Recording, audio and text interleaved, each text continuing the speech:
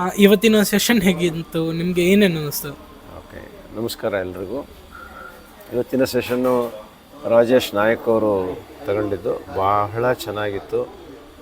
Time 3 ಗಂಟೆ ಹೇಗೆ ಪಾಸಾಯಿತು ಅನ್ನೋದೇ ನಮಗೆ ಅರ್ಥ ಆಗಲಿಲ್ಲ. ಅಷ್ಟು ಚೆನ್ನಾಗಿ ಅವರು ಇಂಟ್ರ್ಯಾಕ್ಟಿವ್ ಆಗಿ ಎಲ್ಲವನ್ನು ನಮ್ಮ ಬಾಯಲ್ಲೇ ಬಿಡಿಸ್ತಾಯಿದ್ರು. ಪ್ರತಿಯೊಂದು ಕ್ವಶನ್, ಅವರೊಂದು ಕ್ವಶನ್ ಹಾಕಿದ್ರೆ 10 ಜನ ಉತ್ತರ ಕೊಡೋರು. ಹಾಗಾಗಿ ಒಬ್ಬೊಬ್ಬರು ಉತ್ತರಗಳು ಕೂಡ ಭಾಳ ಇಂಟ್ರೆಸ್ಟಿಂಗ್ ಆಗಿತ್ತು. ಜೊತೆಯಲ್ಲಿ ಅವರು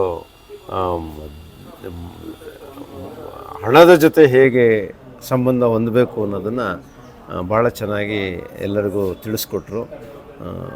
ಅದು ಬಹಳ ಇಂಟ್ರ್ಯಾಕ್ಟಿವ್ ಸೆಷನ್ನು ಚೆನ್ನಾಗಿತ್ತು. ಮತ್ತು ಅವರು ಕೂಡ ನಾಲೆಡ್ಜಬಲ್ ಪರ್ಸನ್ನು, ಬಹಳ ಚೆನ್ನಾಗಿ ಗೈಡ್ ಮಾಡಿದ್ರು. ಜೊತೆಯಲ್ಲಿ ನಮ್ಮಿಂದನೇ ಉತ್ತರಗಳನ್ನು ತೆಗೆಸ್ತಾಯಿದ್ರು. ಅದು ಭಾಳ ಇಷ್ಟ ಆಯಿತು. ಮತ್ತು ಇಷ್ಟೊಂದು ಟಾಪಿಕ್ಸಲ್ಲಿ ಕವರ್ ಮಾಡಿರೋ ಟಾಪಿಕ್ಸಲ್ಲಿ ನಿಮಗೆ ಇಷ್ಟವಾದದ್ದು, ತುಂಬ ಇಷ್ಟವಾದ ಟಾಪಿಕ್ ಯಾವುದು ಅನ್ನಿಸ್ತು? ಮನಿ ಬಗ್ಗೆನೇ ಮಾತಾಡಿದ್ದವರು. ದುಡ್ಡು 4 ಹಂತಗಳಲ್ಲಿ ಒಂದು ಹೇಳಿಕೊಟ್ರು.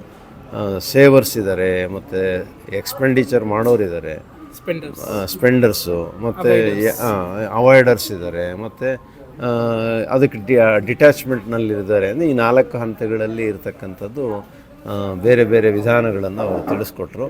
ನಾವು ಯಾವ ಕ್ಯಾಟಗರಿಗೆ ಅದರಲ್ಲಿ ಸೇರಬೇಕು, ಮತ್ತು over A period of time 4 ಹೇಗೆ ನಮ್ಮ ಉಪಯೋಗಕ್ಕೆ ಬಳಸ್ಕೋಬೇಕು ಅನ್ನೋದನ್ನು ಅವರು ಭಾಳ ಚೆನ್ನಾಗಿ ತಿಳಿಸ್ಕೊಟ್ರು.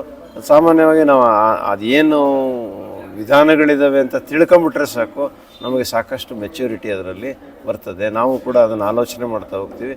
Over A period of time ಹಣವನ್ನು ಹೇಗೆ ಬಳಸಬೇಕು, ಸದ್ಬಳಕೆ ಹೇಗೆ ಮಾಡ್ಕೋಬೇಕು, ಹೇಗೆ ಸಂಪಾದಿಸಬೇಕು ಅನ್ನೋದು ನಮ್ಮ ಅಂದರೆ ಹಣದ ಇತಿಮಿತಿಯನ್ನು ನಾವು ತಿಳ್ಕೊಳ್ಳೋದಕ್ಕೆ ಅದು ಅನುಕೂಲ ಆಗ್ತದೆ. Thank you sir. Thank you.